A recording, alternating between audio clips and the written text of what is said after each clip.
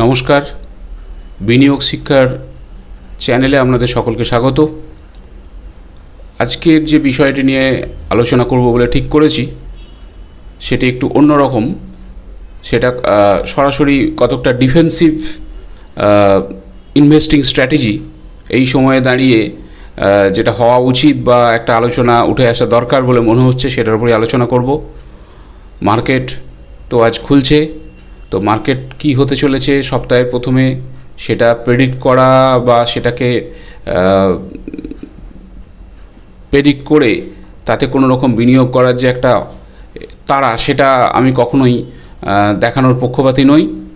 তো মার্কেটকে প্রেডিক্ট করার চেষ্টাটা সবসময়ই একটা গ্যাম্বলিংয়ের মতো মনে হয়ে থাকে। তো বিভিন্ন চারপাশে আমরা যা দেখতে পাচ্ছি, মার্কেটে পজিটিভ সেন্টিমেন্ট থাকারই কথা, কিন্তু তার সাথে সাথে যখন মার্কেট খুব একটা এতটা ওপরে চলে আসার পর একটা রিস্ক ফ্যাক্টর আস্তে আস্তে আমাদের চোখের সামনে আসতে শুরু করে, বা একটা ফিয়ার ফ্যাক্টর বলে, এটাকে খুব ভালো রিস্ক ফ্যাক্টর না বলে রিস্ক তৈরি হয়। তো মার্কেট যখন এতটা ওপরে চলে আসে তখন একটা রিস্ক তো থেকেই থাকে যে নিচের দিকে যাওয়ার, কোনোভাবে কারেকশনের। তো একটা ফিয়ার ফ্যাক্টর কাজ করছে চারপাশ থেকে, কিন্তু সেটা মনে হয় না যে খুব একটা চিন্তার কারণ অলরেডি যে রিস্ক ফ্যাক্টরগুলো বা যে ফিয়ার ফ্যাক্টরগুলোর উপর দাঁড়িয়ে আলোচনা হচ্ছে সেগুলো আগেও ছিল। সেটা 26,000 নিফটি ক্রস করার আগেও ছিল, এখনও সেগুলো আছে, সেগুলো সেরকম কোনো এসকেলেশন হয়নি। কিন্তু নতুন কিছু ডেটা যেগুলো আমাদেরকে অনেক কিছু ভাবতে বাধ্য করছে, তার মধ্যে রিসেন্ট যেটা আপডেট আমরা দেখতে পাচ্ছি, চায়নাতে একটা প্রচুর stimulus, market stimulus Chinese government ঘোষণা করেছে। তাদের দেশে দেখতে পাচ্ছে যে তাদের প্রপার্টি প্রাইস কমে যাচ্ছে, কনজামশন খুব খারাপ। এই কনজামশন বাড়ানোর জন্য তারা শর্ট টার্ম লোনগুলোতে প্রচুর ইন্টারেস্ট রিডাকশন করেছে, বিশেষত 1 ইয়ার যে টার্ম লোনগুলো আছে সেগুলোকে, এবং দীর্ঘমেয়াদী লোনের ক্ষেত্রেও অনেক রিডাকশন করেছে। বেকার গ্র্যাজুয়েট যারা রয়েছেন, আনএমপ্লয়েড গ্র্যাজুয়েট, তাদের হাতে কিছু টাকা তুলে দেওয়ারও তারা ব্যবস্থা করেছে। তো এই জাতীয় মেজার্স তারা করতে চাইছে যাতে কনজামশন তাদের বাড়ে, কারণ কনজামশন কমে গেলে যেটা হয়, যেটা একটা ডিফ্লেশন আমরা বলে থাকি। ইনফ্লেশন তো প্রাইস যখন বেড়ে যায়, কোনো একটা আনইউজুয়াল যখন প্রাইস বাড়তে শুরু করে জিনিসপত্রের, তো সেক্ষেত্রে আমরা দেখি যে টাকার দাম কমে যায়, সেটাকে আমরা ইনফ্লেশন বলি। তো এখন চায়নাতে যেটা সমস্যা, কতটা deflation kind of thing, they are fearing a severe recession also maybe, that's why they are easing out. তাই তারা অনেক কিছু সোজা করছে। একটা রিসেশন যদি চলে আসে, একটা মন্দা যদি চলে আসে, যে মন্দা থেকে তারা ডিপ একটা মন্দা থেকে তারা বাঁচার চেষ্টা করছে হয়তো। তো এই জায়গায় দাঁড়িয়ে একটা জিনিস তো ভাবার আছেই, যে চায়নার ইকোনমিতে ওয়ার্ল্ডের সেকেন্ড ইকোনমি, কিন্তু সেখানে কিছু একটা সমস্যা তারা চলছে। অন্যদিকে আমরা জানি, জাস্ট কিছুদিন আগেই যখন ইউএস ফেড রেট কাট করেছিল, ইট ওয়াজ আনইউজুয়াল হায়ার, কারণ অনেকে এক্সপেক্ট করেছিল হয়তো 25 বেসিস পয়েন্ট, অর্থাৎ 0.25% রেট কাট হবে, কিন্তু দেখা গেল ইউএস ফেড ডাইরেক্টলি জাম্প করে 50 বেসিস পয়েন্টের রেট কাট করে, মানে 0.5% রেট কাট। তো এই 0.5% রেট কাট নিয়ে অনেকে বলেছিলেন, অনেক মার্কেট অ্যানালিস্ট, অনেক ইকোনমিস্ট বলেছিলেন দেয়ার ইজ সামথিং ফিসি, কিছু একটা গোলমাল হচ্ছে ভেতরে, যার জন্য হয়তো রিসেশন আটকানোর জন্য বা ফিয়ারিং রিসেশন ফেড রিজার্ভ এতটা রেট কাট করছে। তো হয়তো কোনো জায়গায় তাদের মনে হচ্ছে খুব তাড়াতাড়ি আমাদের রেটটা রিডিউস করা দরকার। এবং ইউএস ফেডের যেটা খবর, যে তারা আরও রেট কাট করতে আগ্রহী, খুব দ্রুত হয়তো আমরা আরও অনেক রেট কাট দেখতে পাবো। সামনে ইউএস ইলেকশন, সেই ইউএস ইলেকশনের জন্য একটা মার্কেটের প্রচুর আনসার্টেনটি, ইউএস মার্কেটের আনসার্টেনটি রয়েছে। তো ইউএস মার্কেটের আনসার্টেনটি মানে আমাদের অবশ্যই তার ভারতীয় মার্কেটে তার প্রভাব পড়তে বাধ্য। উল্টো দিকে দেখুন, যুদ্ধ কিন্তু সারা পৃথিবীর ছোট ছোট পকেটে চলছে। যেমন ইউক্রেন রাশিয়া যুদ্ধ, সেটা তো পুরনো ঘটনা, সেটা চলছে, সেটা বন্ধ হয়নি। অন্যদিকে ফ্রন্ট খুলেছিল অক্টোবরেতে, সেটা আমরা জানি ইসরায়েল হামাস। সেই ফ্রন্ট এখন লেবানন ভার্সেস আপনার ইসরায়েলে দাঁড়িয়েছে। হামাস তো এখন আর আলোচনার বিষয় নেই, ওটা পুরনো ঘটনা। তো লেবাননের সঙ্গে যে এসকেলেশন হয়েছে, লেবাননকে উপর্যুপরি আমরা দেখেছি ইসরায়েলি এয়ার স্ট্রাইক মানে পর্যদস্ত করেছে, তাদের প্রচুর কমান্ডার এরা মারা গেছেন। এখান পর্যন্ত লেবানন ইসরায়েলও একটা ছোট পকেটের ঘটনা বলে আমরা ধরতে পারি। কিন্তু এর পরের এসকেলেশন যদি সেটা কোনোভাবে হয়ে থাকে, আমরা জানি লেবাননের যে গ্রুপ যাদের সাথে ইসরায়েলের সমস্যা চলছে তারা হচ্ছে ইরান ব্যাকড। ইরান কিন্তু ছোট পাওয়ার নয়। Iran versus Israel escalation can be a true travel, it's a big war. তো তার ইম্প্যাক্ট পড়ে যাবে যদি কোনোভাবে সেদিকে যায় মার্কেট। সবচেয়ে বড় কথা হচ্ছে মার্কেট এখন অল টাইম হাই, মানে আমরা দেখেছি যে গত এক বছরের রেকর্ড গ্রোথ, বা আগের যদি আমরা 4-5 বছরের ডেটা নিই, পোস্ট কোভিড ডেটা, সেখান থেকে মার্কেট যে জায়গায় উঠে এসছে, প্রি কোভিডে যে সিচুয়েশনে ছিল এখন মার্কেট হচ্ছে ঠিক তার ডাবল আমরা দেখতে পাচ্ছি। আর কোভিডের ডাউন থেকে যদি আমি ধরি, সেই তুলনায় কিন্তু মার্কেট এখন আমরা প্রায় দেখতে পাচ্ছি 200% গ্রোথে চলে গেছে। তো এই জায়গাতে 200%-এর বেশি আমরা বলতে পারি। তো এই জায়গাতে দাঁড়িয়ে যখন আমরা চারপাশে আরেকটা আওয়াজও শুনতে পাচ্ছি, আগের ভিডিওগুলোতে আমি বলেছিলাম যে ভারতীয় স্টক মার্কেটেও একটা বিষয় আলোচনা হচ্ছে যে আমরা প্রচুর কস্টলি স্টক হস্তান্তর করছি। আমরা যে স্টক কেনাবেচা করছি, বিশেষত স্মল মিড ক্যাপ স্টকগুলো, সেগুলো তাদের আর্নিং এস্টিমেট, তাদের ফিউচার গ্রোথ যা আমরা দেখতে পাচ্ছি তার থেকেও বোধহয় অনেক বেশি দামে আমরা সেগুলোকে কিনছি তার রেসপেক্টে। মার্কেট এতটা উচ্চতায় চলে এসছে, গোটা আমরা দেখতে পাচ্ছি ইউএস মার্কেটেও যথেষ্ট উচ্চতাতেই আছে। তো এই অবস্থাতে একটা সবসময় আমরা চিন্তার কারণ হতে পারে, এবার আমরা নিচের দিকে যাব না তো, কারণ মার্কেটে নিয়মিত তাই ওপরে উঠে আসে, একটা সর্বোচ্চ চূড়া আমরা দেখতে পাই গ্রাফের, তারপর সেটা নিচের দিকে নামতে শুরু করে। এই ফিয়ারিং ডাউন ট্রেন্ড, এই ডাউন ট্রেন্ডটাকে যখন আমরা ভাবি তখন আমরা কি করবো? কারণ অলরেডি তো আমরা ইনভেস্ট করতে করতে এখানে চলে এসেছি। এই পয়েন্টে অনেকে আমরা ইনভেস্ট করেছি, 24,000, 25,000, 26,000 যারা আগে থেকে ইনভেস্ট করেছেন তারা একটা সার্টেন গেন তাদের পোর্টফোলিওতে দেখতে পাচ্ছেন। তাহলে এই পোর্টফোলিও গেনকে আমরা প্রোটেক্ট করবো কীভাবে? এই আনসার্টেনটি, আমি এতক্ষণ আনসার্টেনটির আলোচনা করলাম কারণ আনসার্টেনটি ব্যাপারটা বুঝে নেওয়া দরকার। আনসার্টেনটি কোন জায়গা থেকে আসতে পারে, কোন জায়গা থেকে আমরা কতটা ভয় পাচ্ছি যে আমাদের মার্কেট কারেকশন হতে পারে, মার্কেটে ডাউন ট্রেন্ড হতে পারে। যদি সেটা হয়, এরকম নয় যে মার্কেট ডাউন ট্রেন্ড বা কারেকশন হবেই।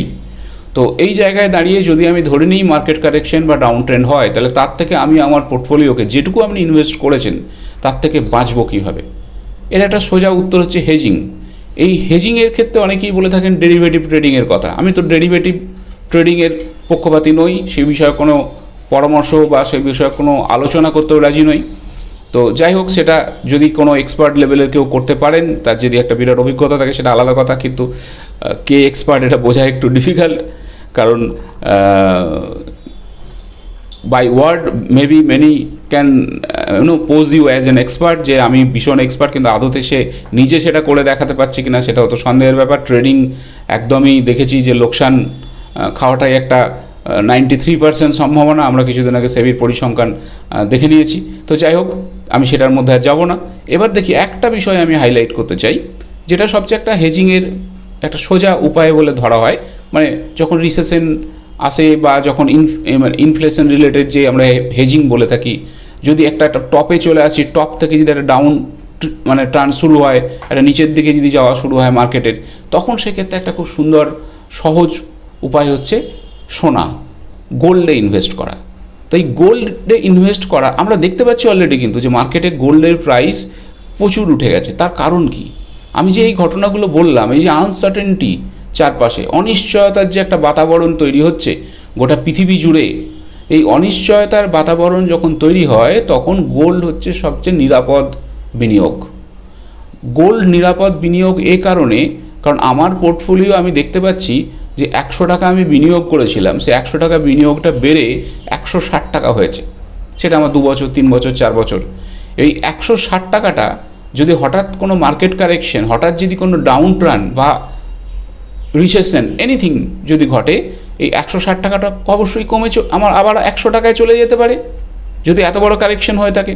বা ওটাকে আমি 140 টাকায় দেখতে পারি, 120 টাকায় দেখতে পারি, যেমন পরিস্থিতি তৈরি হবে। অবশ্যই 160-এর উপর 60 কমে যাওয়াটা খুব একটা প্রয়োজন নয় বা খুব একটা হওয়ার কথা নয় যদি আপনি ঠিকঠাক স্টক কিনে থাকেন বা ঠিকঠাক জায়গাতে বিনিয়োগ করে থাকেন। তো যাই হোক, তো এবার যদি সেটা আমি 160 টাকা ধরে নিচ্ছি, আমার 140 বা 120 টাকা হয়ে গেল। এই যে আমি ডিগ্রোথটা দেখতে পাচ্ছি, 160 থেকে কমে যাচ্ছে, এই পোর্টফোলিও যে আমার কমে যাচ্ছে, এইটা তো দেখাটা অনেক সময়তে সাইকোলজিক্যালি একটা ভালো ফ্যাক্টর নয়। এই সময়টাতে অনেকে কি করেন যে আমার প্রচুর টাকা কমে গেল, আমার এত টাকা হয়েছিল কমে গেল, বিক্রি করে প্যানিক সেলিং করে তারা স্টক মার্কেট থেকে বেরিয়ে গেলেন। স্টক মার্কেট থেকে এইভাবে বহু মানুষ মানে তাদের পোর্টফোলিও তারা পজিটিভে নিয়ে গিয়েছিলেন, কিন্তু হঠাৎ কোনো একটা ঘটনা ঘটলো, পোর্টফোলিও তাদের কমে গেছে, তারা প্যানিক সেল করে বেরিয়ে গেলেন। তখন থেকে ভাবলেন না স্টক মার্কেট না খুব রিস্কি জায়গা, টাকা কমে যায়। এটা কিন্তু নয়, কারণ এখানে একটা ব্যাপার আছে, আমরা স্টক মার্কেটে ওঠানামা করবে, বরং এই নিচে নামার সময়টাতে আপনাকে আরও বেশি করে কেনার সুযোগ করতে হবে, তৈরি করতে হবে। এটা কেনার সুযোগ আপনাকে দিচ্ছে, তৈরি করে দিচ্ছে এটা।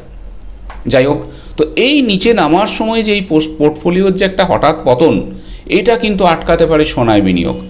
আমরা দেখতে পাচ্ছি সারা পৃথিবী জুড়ে সোনার প্রচুর কেনাকাটা চলছে, তার কারণ মার্কেটের আনসার্টেনটি। আর একটা খবর হচ্ছে গোটা পৃথিবীর যে দেশগুলো সেন্ট্রাল ব্যাংক, যেমন আমাদের রিজার্ভ ব্যাংক, তো এরাও কিন্তু প্রচুর সোনা কিনছে ইনফ্লেশন কন্ট্রোল করার জন্য। Maybe they are also taking some measure, যদি কোনো রিসেশন বা অন্য ঘটনা ঘটে তো সেটাও তারা হয়তো ভাবনা চিন্তা করে কিনছে। তো সোনাতে বিনিয়োগ বেড়েছে, তার কারণ চারপাশের অনিশ্চয়তা, আনসার্টেনটি। তো এই মুহূর্তে আপনার যদি সোনা কেনা না থাকে, আপনি সোনাতে বিনিয়োগ করতে পারেন, কারণ সোনাতে বিনিয়োগ আপনার পোর্টফোলিওকে একটা নিরাপত্তা দেবে, হেজিং দেবে। যদি মার্কেটেই এতটা উপরে চলে আসার পর কোনো কারণে নিচের দিকে নামতে শুরু করে, আপনার স্টক প্রাইসগুলো তো প্রচুর কমবে, কিন্তু দেখবেন সেক্ষেত্রে সোনার দাম বাড়বে।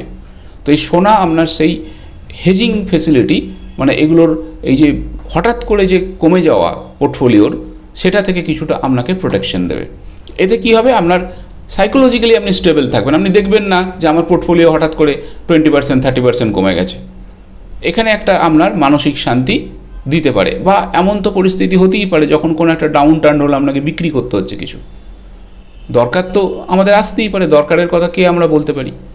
তো যাই হোক, সেক্ষেত্রে যদি আপনার পোর্টফোলিও প্রচুর কমে না যেয়ে থাকে, সেক্ষেত্রে বিক্রি করার সময় তখন আমি ভাবতে পারেন যে না, আমার পোর্টফোলিওটা এত খারাপ জায়গাতে নেই, হয়তো আমার 10% রিডাকশন হয়েছে, কিন্তু এখন আমার খুব দরকার, এমার্জেন্সি তৈরি হয়েছে, দেন আই ক্যান সেল। যদিও আমি সেল করার জন্য কখনো অ্যাডভাইস করি না, কারণ বিনিয়োগ যখন করবেন তখন আপনাকে এটা মাথায় রাখতে হবে যে আপনি ওই টাকা দিয়ে কোনো এমার্জেন্সি কাজ করার প্রয়োজন পড়বে না, আপনার এমার্জেন্সি ফান্ড আগে থেকে তৈরি আছে। এটা বিষয়ে আমরা পরে আরও আলোচনা করব, যে বিনিয়োগে যাওয়ার আগে স্টক মার্কেটে কী কী বিষয়গুলো সম্বন্ধে সতর্কতা অবলম্বন করা দরকার, আদৌ তাদের বিনিয়োগ করা উচিত কিনা স্টক মার্কেটে, সেটা নিয়ে এমার্জেন্সি ফান্ড রিলেটেড একটা ভিডিও করার আমার ইচ্ছা আছে, সেটা পরে করব। তো যাই হোক, এবার আমি গোল্ডে বিনিয়োগে তো আবার ফিরে আসি। এই সোনায় বিনিয়োগ আপনি করতে পারেন। সোনায় বিনিয়োগ করার খুব সোজা তিনটে পদ্ধতি আমি আপনাদের বলবো। আরেকটা পদ্ধতি আছে, সেটা পুরনো পদ্ধতি। আপনি একদম ফিজিক্যাল গোল্ড কিনলেন, মানে গোল্ড বার কিনলেন, কয়েন কিনলেন, যেটা আমি প্রথমেই বলে দিই, এটা ট্র্যাডিশনাল মেথড। বা আপনি সোনার গয়না কিনলেন, ওটাকে ঠিক না, মানে এখন ইনভেস্টমেন্ট পারপাসে আমি অ্যাডভাইস করছি না, তার কারণ হচ্ছে ফিজিক্যাল গোল্ডের অনেক সমস্যা আছে। আপনি পিওরিটি কতটা কিনছেন সেটা আপনাকে দেখতে হবে। ওটা কেনার পর আপনি যখন বিক্রি করতে যাবেন, সেক্ষেত্রে আপনাকে একটা কাট করবে ওরা মার্জিন, সঠিক মূল্য আপনি নাও পেতে পারেন। উল্টো দিকে জুয়েলারিতে আমরা জানি মেকিং চার্জ, এই ব্যাপারগুলো থাকে। ওটাকে যখন বিক্রি করবেন তখন একটা হাউস হোল্ড অর্নামেন্ট বিক্রি করাটা একটা নেগেটিভ ধরা হয়ে থাকে, তাহলে আপনি প্রয়োজনে সেটা